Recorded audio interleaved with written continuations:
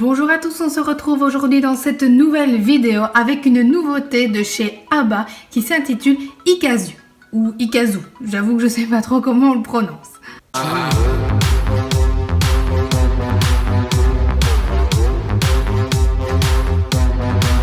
Vous commencez par construire votre plateau et mettez en place toutes les tuiles bonus. Vous installez ensuite la structure chute d'eau.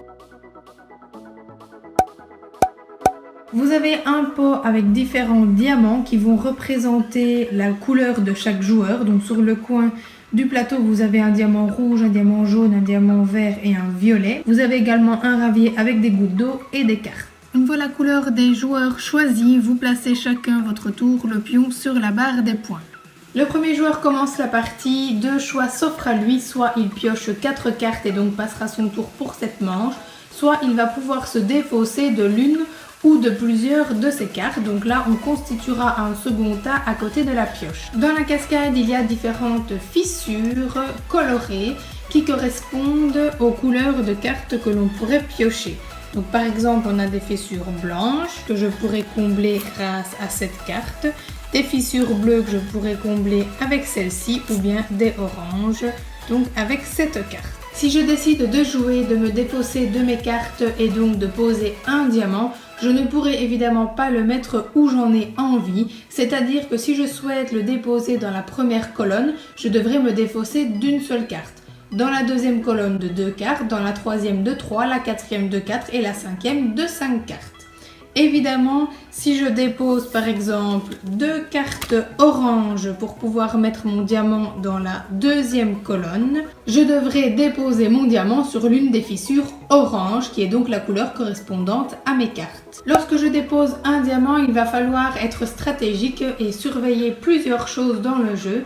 Premièrement, la ligne de points ici, donc représentée par les cailloux, qui nous permettra de remporter des points et donc d'avancer plus vite que notre adversaire sur la ligne de points, donc qui est tout autour du plateau, mais également aux différents bonus que je vais pouvoir remporter. Par exemple, si je pose mon diamant dans cette ligne, eh bien je vais tenter donc de reporter ce bonus-là qui pourrait m'intéresser dans la suite du jeu. Le joueur qui aura le plus de points dans une colonne remportera les 3 premiers points ici pour la première manche, et celui qui aura le plus de diamants dans une ligne remportera le ou les différents bonus qu'il pourra donc remporter pendant la manche. C'est maintenant à mon adversaire de jouer pour la première fois, donc soit il pioche 4 cartes, soit il se défausse de l'une ou de plusieurs de ces cartes pour déposer un diamant. Il pose son premier diamant donc dans la première colonne, première ligne, et maintenant il y a une seconde mission, c'est déposer une goutte d'eau. Donc en fait les gouttes d'eau ne seront posées que dans la première colonne et vont remplir certaines fissures. Donc à chaque fois que j'aurai joué une fois et mon adversaire également, une nouvelle goutte d'eau sera posée jusqu'à ce que la première colonne soit remplie de diamants et de gouttes, et à ce moment-là, une nouvelle manche commence. Les gouttes d'eau se placent donc de haut en bas, c'est-à-dire que là pour le prochain tour, si cette fissure-là n'est pas complète par un diamant, eh bien j'y poserai une goutte d'eau.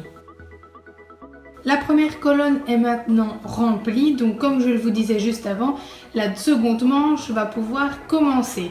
Là, on va déjà se répartir les bonus et les points. Donc le joueur qui remporte les 3 premiers points est donc mon adversaire avec les pions rouges puisqu'il en a déposé 2 dans la colonne. S'il y a égalité, c'est le joueur qui aura le pion le plus proche donc du rocher qui remportera les points. Ensuite, au niveau donc des bonus, le premier sera remporté par mon adversaire puisqu'il est le seul à avoir mis un diamant dans la ligne. Le deuxième également car nous sommes à égalité, mais c'est lui qui a le diamant le plus proche. Ensuite, celui-ci sera pour moi, pour lui et pour moi. La nouvelle manche va maintenant pouvoir commencer et la cascade va d'abord se déplacer. La deuxième colonne de la manche précédente devient donc la première colonne qui devra donc être comblée par de nouvelles gouttes d'eau et ainsi de suite. Évidemment, les pierres précieuses posées à la manche précédente comptent toujours pour cette manche.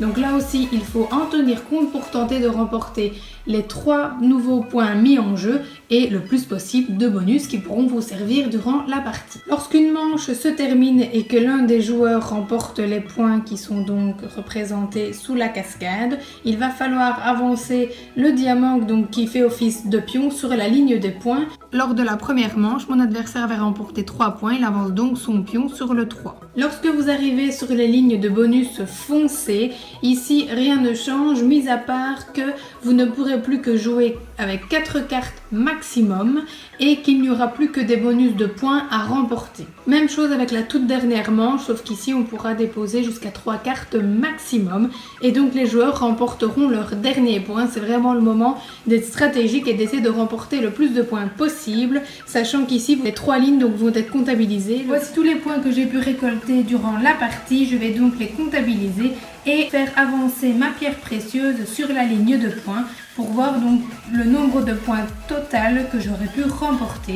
Mon adversaire réalise la même procédure et ensuite on voit lequel de nous deux aura remporté la partie. Au niveau des bonus, vous avez des jetons de cartes qui vous permettent donc de piocher de nouvelles cartes supplémentaires, soit 2, soit 3, soit 4. Les jetons avec les numéros vous permettent donc de remporter des points supplémentaires.